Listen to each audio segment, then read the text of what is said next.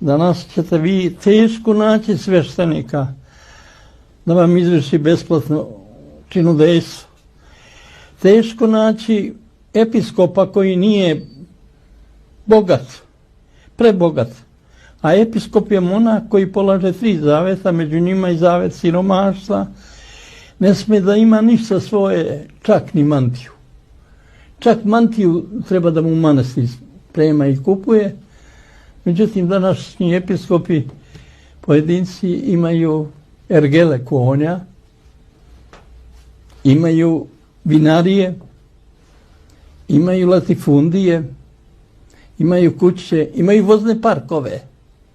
I ništa im to nije dovoljno, nego su večito gladni ovozemaljskog dobra, čime pokazuju da su na delu protiv Gospoda Hrista, koji je kazao: ko hoće